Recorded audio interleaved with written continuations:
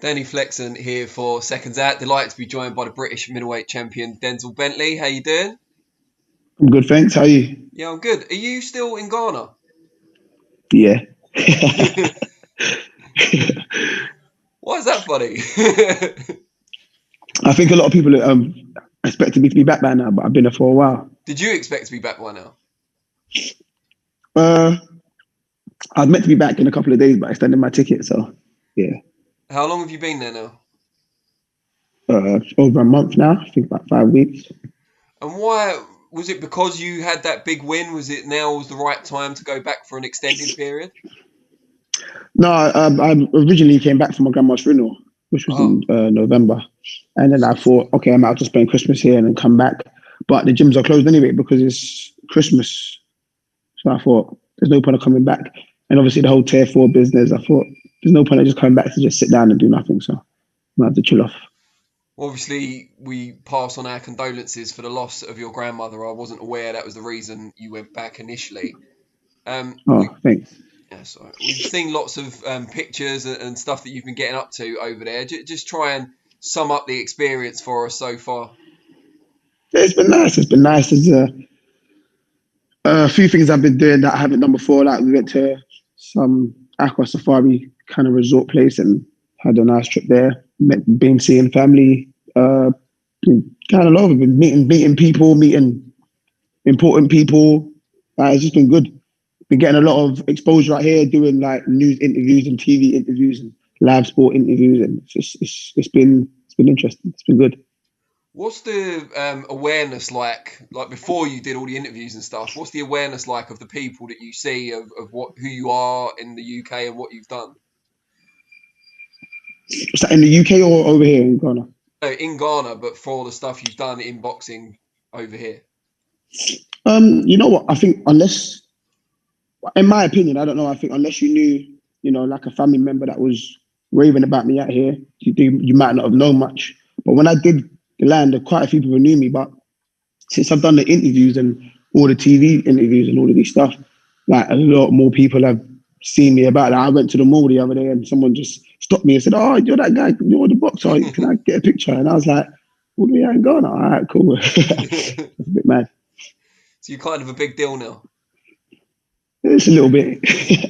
I mean, it's a boxing hotbed, Ghana. It always has been. I know you're based in the UK rather than over there, but I'm guessing now they know who you are, they'll kind of embrace you even more and take you to their hearts. You know, the likes of Yeah, Isaac Dogbe and other fighters, Richard Comey, of course, now, and the likes of Azuma Nelson, of course, in the past. It's always been a big boxing country.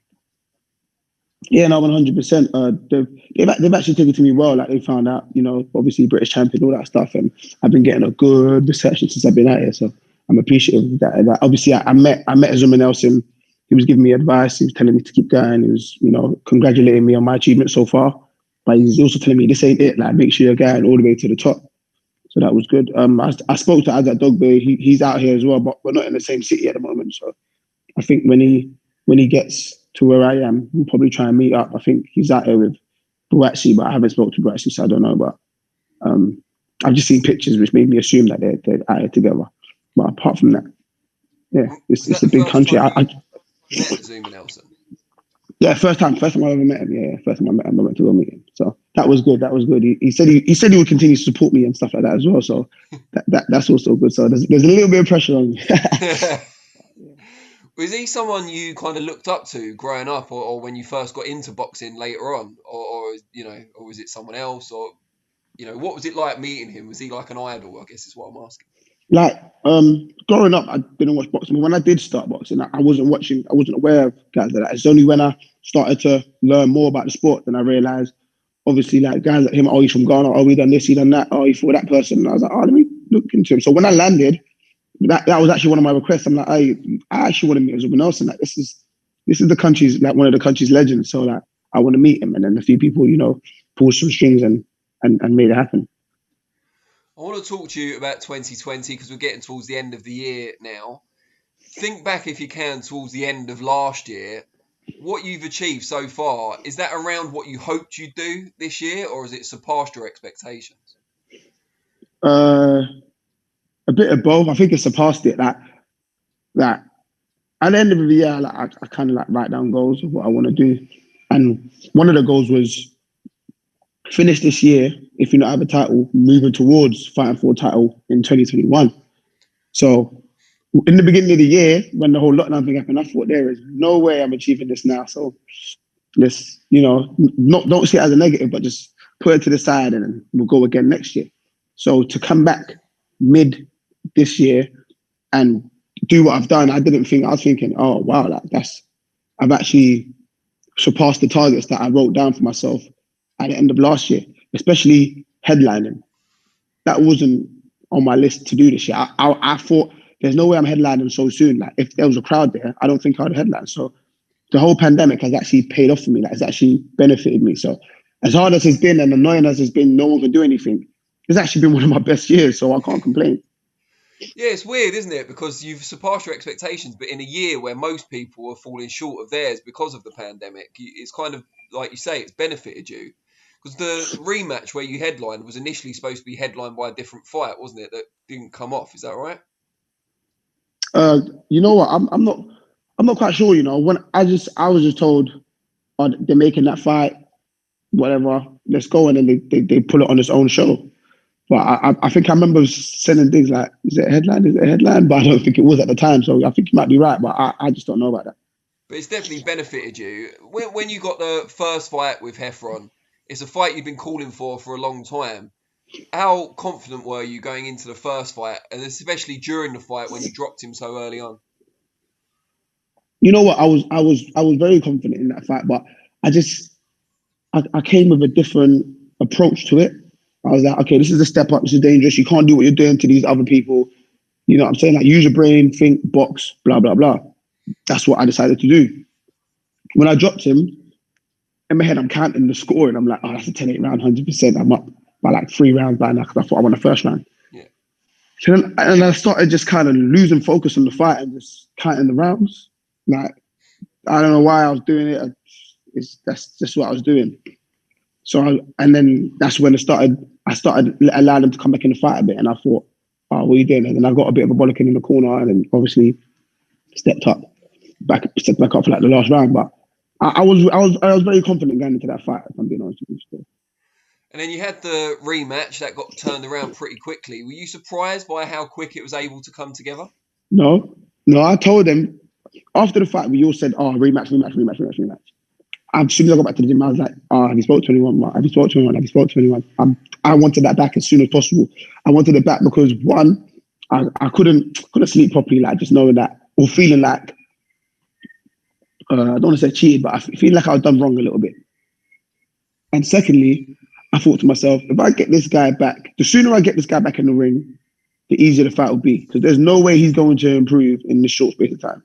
So when I heard November, I was like, cool, there's nothing he's going to do to try and improve or learn from that time till this time, because that's just not the type of fighter he is. I know he's got a new trainer, all these things. Don't let him settle into his new trainer. Like, let's just go. Whereas for me, I know everything. And plus, he thought he didn't do anything wrong. He thought his performance was punch perfect. So I know he's just going to try and just train harder instead of training smarter. Like, you know what I'm going to say? Whereas for me, I'm always going to train hard. But now everything I'm doing in training, I'm going to think about. So when I'm sparring, I'm thinking about, all right, stay out of them corners. Oh, Denzel, you're in the corner. What are you doing? Get out of here. Like, how are you going to get out of here? Things I was doing, I was like, okay, take your time. What are you going to do here? Okay, throw this shot. Throw that shot. All right, push him back a bit. Let me see what he does. All of these things in sparring, I'm just thinking to myself, like, I know that's the type of person I am. And I just knew he wasn't going to do that. Just from how he was speaking after, I knew this guy thought his performance was perfect. So in the next fight, when I heard the date, I was like, lovely. There's no way he's going to settle into a new style or a new whatever in that short space amount of time, because he's been boxing 10 years and still hasn't done that. So I just wanted it back straight away. And you fought quite differently in the second fight from the first one. Was that intentional? Because like you say, you switched off a little bit maybe in the first fight. Yeah, it was definitely intentional. Like I said, I was trying to, everything I was doing, I was thinking about. So I'm trying to improve my focus levels as well, trying to concentrate more. Don't zone out. Don't get too excited. Don't think it up. Fight every round like you need to win this round. Go back. You need to win this round again. Go back instead of just thinking, oh, I can cruise it a bit. Like I'm up. don't do that. So, and I also felt like pushing back because in the first fight, I felt I took his best shot and I ate it. I was still standing. He didn't feel my best shot and he went down. You can say off balance, whatever. I know he wasn't hurt. I just think he panicked when the shot came, whatever you want to call it. I marked him up a little bit in the first fight and I didn't plant my feet. I marked him up in the first fight and I was just moving, bouncing around. I didn't get to plant my feet. So I knew when I plant my feet and give this guy the shots I know I can dish out to people. If he can take it, then we're in for a long fight. But he hasn't felt me yet. This fight, give him something to think about. Last fight, I gave him something to think about, but differently. This fight, give him something else to think about. Because I knew if I went in there the same way, he's just going to be comfortable. I have to give him something to think about, and that's what I've done. And his eye blew up pretty rapidly and looked pretty bad straight away. How did you stop yourself this time around, getting overexcited and thinking, right, I've got this in the bag? I just thought to myself, if he beats me with an eye like that, I'm a waste, man. I'm a time waster. I might as well stop. There's no way he can beat me with an eye like that. No way. So I thought, just keep going for the eye, keep attacking the eye. If you like, I felt like without the eye, I could stop him anyway. There were just little things in the fight that made me think, I'm going to stop this guy. Even before the fight, I kept saying I'm going to stop him because I felt him before. But I just knew, hey, whatever he was going to do to stop him before, forget it. Just go for that eye. And I just knew someone was going to stop it. Either the ref was going to be like, it's too much, or his corner, if they weren't braver than him, were going to be like, hey, listen, it's not worth it. Or eventually him himself might just be like, yo, I can't see. So it must have been pretty satisfying to win in such a conclusive fashion after the first fight, ended in a draw and people were kind of split either way as to who won. There was no doubt after the rematch. Nah, there was no doubt at all. That was the best part about it. There was no doubt. No one can say anything about, oh, it was a close fight this time, or oh, could have went either way, or this, that, or blah, blah, blah. It was just straight, stop him, get out of here, give him my belt, I'm going Ghana. So it was good, but the only annoying thing after was people were just saying things like, what a freak accident. Like, it wasn't an accident on a headbutt or an elbow. I punched him in the eye and it swelled up. Like, what's so accidental about that? It's just mad. It's mad. There's always going to be some kind of people out there who want to take the negative in a win, I think, regardless. But I think that was a pretty conclusive finish to a fight. You obviously think about winning the British title. You weren't a massive boxing fan as a kid, so it's not like you grew up dreaming about it. But in the build-up to the fight, once you knew it was on the line, which wasn't that long before the fight itself, you must have thought about what it was going to feel like to have it strapped around your waist. What was the reality compared to what you'd anticipated? It's mad. Obviously, like you said, I didn't watch boxing as a kid, but as I've grown, I've come to learn the sport. I've come to love the sport, and I've come to appreciate all these things that the sport's involved, or that's involved in the sport. So the British title, I was like, well, that was on my list to win. I wanted to fight for the British for how long. I even kept saying I fight Williams for it, and everyone telling me I'm mad. I had a bunch of Welsh fans troll me for a little bit for that. But it's one of those things where I just know that's a history-making belt. I know that I'm stamped in history now. You type in British champions of the past, my name's coming up. So I'm thinking to myself, I want to win my first belt, and I can make history here, like in a way that I haven't before. I'm like, okay, I want this belt. I know how much it means. I know to be the British champion is basically you're the best in Britain, apart from those at world level. Like bring it on. Like, let's go. I wanted to win it. Some people just feel like, the British title is a stepping stone. I just want to get it and move to the world, which is true. It's cool. Anyone with ambitions will feel like that. But at the same time, don't underestimate what the British title means, especially to a Brit. Especially bringing it out here. Even I'm in Ghana and they're seeing it as, well, that's the British champion. So before that, I didn't expect that, by the way. But before that, I was just thinking, I'm about to be the British champion. As soon as I get this, the doors are open. From here, I can go to European or world. I need this. I can't let this slip. If I lose, what am I back down to? Southern area, English level? Nah, I need this. And then when I won it, it was like, I am British champion. It felt good, but everything that's happening now, I didn't expect at all. I was just thinking, I'm British champion. Hey, that's nice, but there's still work to do. And I've just come out here. Even before I left, people were just spotting me on my road going to the shop, and I'm like, I got my hood up going, Sainsbury's is raining, and they're saying, oh, you boxed the other night, congrats. I'm like, yeah. Did you see it? They're like, yeah, of course I saw it. That's what I'm saying. Well done. Like, oh yeah, cool. I just don't even know what to say. I'm just confused. I'm getting spotted outside my house and stuff. So, and then I come out here, and the reception's been crazy. I've been meeting mad people, interviews. Everyone's calling. Oh yeah, do you want to go on our channel today? And obviously I got the belt with me, so everyone wants to see it, and it's just mad. That's great stuff. And you talk about moving on potentially to European and then world level, but for the moment, it looks like next up for you will be Felix Cash in a Yep. unification of the British and Commonwealth titles, which is a very big fight in itself. Both unbeaten, both young British, exciting fighters to watch as well. How do you anticipate that fight? Do you think it will happen next as well? Big fight. You know what? I thought it would. I actually thought it would, but I'm starting to think it wouldn't. I know I'm all the way over here, and it's like, just chill out. But I saw someone tagged me in something that Eddie Hearn said it's either, they asked who Cash is fighting next, and he said it's either me or he's fighting for the European. Right. But I thought the European was vacant, so I put a tweet out saying, "Hey, like pull it all three line," because the guy that just fought Golovkin was recently the European champion, and then obviously I didn't realize he'd already vacated and someone had already fought for it. So I searched up who the European champion was, and I saw who it was, and I thought straight away, oh, they're gonna take that fight. They're not because like they're scared of me or anything.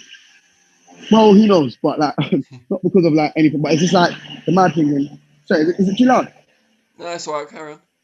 Oh, so like I just thought, for example, if they're gonna fight a 41-year-old for a European title that they know they can beat, why are they gonna try and fight me, young, hungry, want this fight, and I'm gonna put up a challenge for a title that's not as big as the European? Because the British obviously the European is bigger than the British, so he's probably gonna go for the European and then try and move on to world level. He doesn't. If you don't need to fight for the British, I get it. He might just want to be like, I'm going for the European. That's an easier challenge and it's a bigger belt. So I'm expecting him to go that way.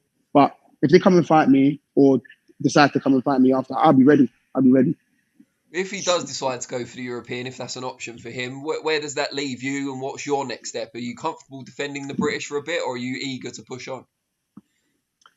I'm comfortable defending the British, but I'm also eager to move on. Like I said before, I want to take my time for the experience to win it outright. But the experience fights I need or would want are guys like Cash. Like there's no one else in the division that really makes me feel like, oh, that's a fight I want to. You know what I'm trying to say? There's no one that, obviously, of course, if the challenge arises, I'll be ready. I'll be in the gym. But there's no one that makes me feel like this is a real proper challenge, or this is a real proper fight, or this is a fight that can boost my career. Like I don't think there's any fights out there in the middleweight division domestically that if I win, it's going to be like, oh, you just shot right up there now. And that's a fight I want. I want another fight that's going to be like, oh, you announce yourself in the scene again, just like the Heaven fight. When I won that, it was like, boom, yeah, you're that guy. If I fight Felix Cash, beat Felix Cash, boom, you beat Felix Cash. Like, look at the names on this guy's record. He's flying. I don't think there's anyone out there like that right now.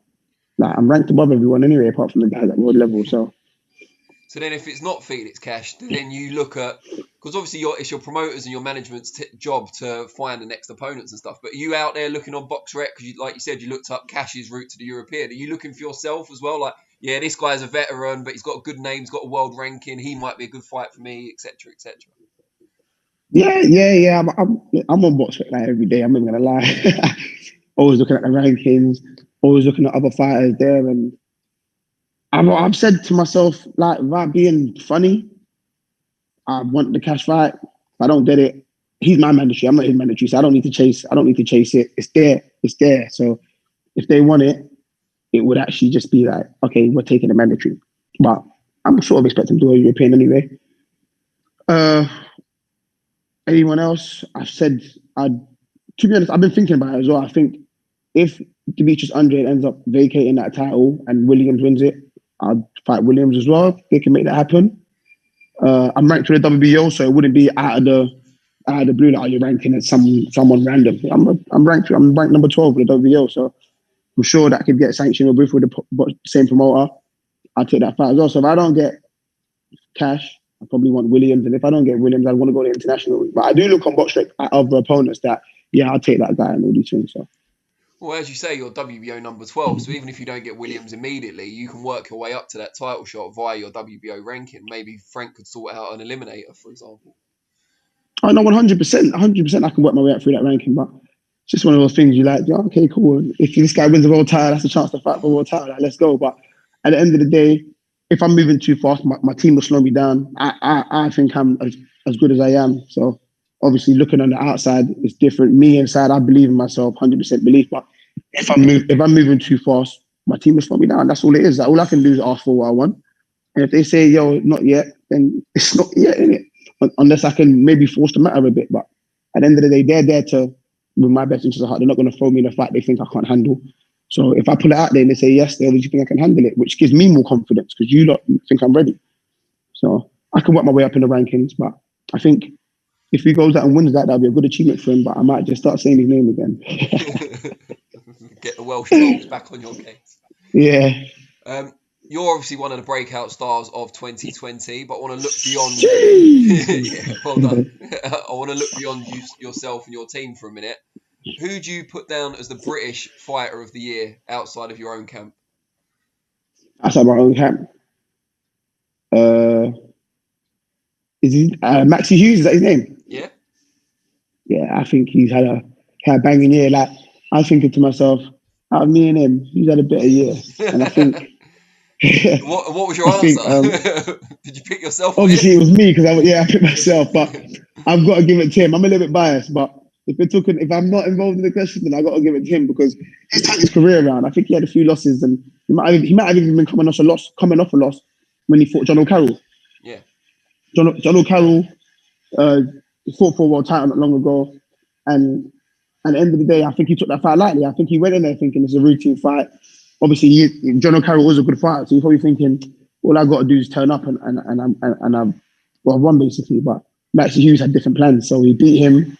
Did he have 3 or 2 fights this year? I think it's 3, but the one after Carroll was when he went to, was it Dubai and beat that touted? Yeah, and for the WBC title, wasn't it? Yeah. So then he went over there, beat this guy for the WBC, one of their other titles, and he won that. And he's right back in the mix, isn't it? He's right back in the mix. If he keeps building on his record and his profile, he's ranked for the WBC now, I'm guessing, because of that title he has, and he'll probably get more title shot. And I think he had about maybe 5 losses on his record already. I'm not quite sure. Like that, yeah. So he's turned his career, and that's good. Good for him.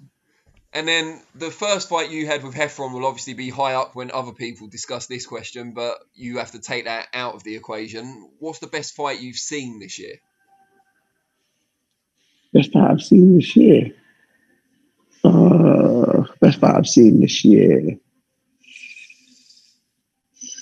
Not quite sure, There's a few. I'm just trying to think early quarantine times as well, so I'm not. Oh, wait, this whole year as a whole, or just like during lockdown? No, the whole year. Oh, I think Fury Wilder. Yeah?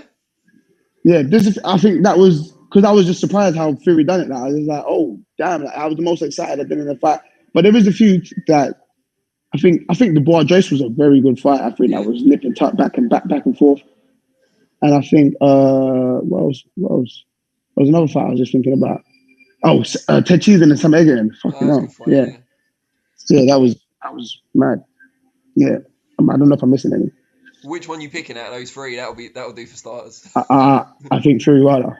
Yeah. That was exciting stuff. Yeah. If you could have anything you want by the end of 2021, would it just be a world title? Anything else? A world title. Yes, that's what I need. End of 2021, if I had a world title, I'd be happy. I'd end the year happy. I would have exceeded well, not exceeded, but I would have hit them targets that I want to hit in the future early. So that'd be good. Great stuff. Well, enjoy the rest of your stay in Ghana. Yeah. It seems like they're happy to have you, so we'll let them keep you on loan for a bit. Make sure you can come back, obviously. You are the British champion after all, so make sure you come back at some point. I'll be back. Hopefully see you in the Peacock sometime in the new year. Yeah. All right. See you soon. Brilliant. Happy New Year in advance. Happy New Year. Nice one. You too. Take care. All right. Bye.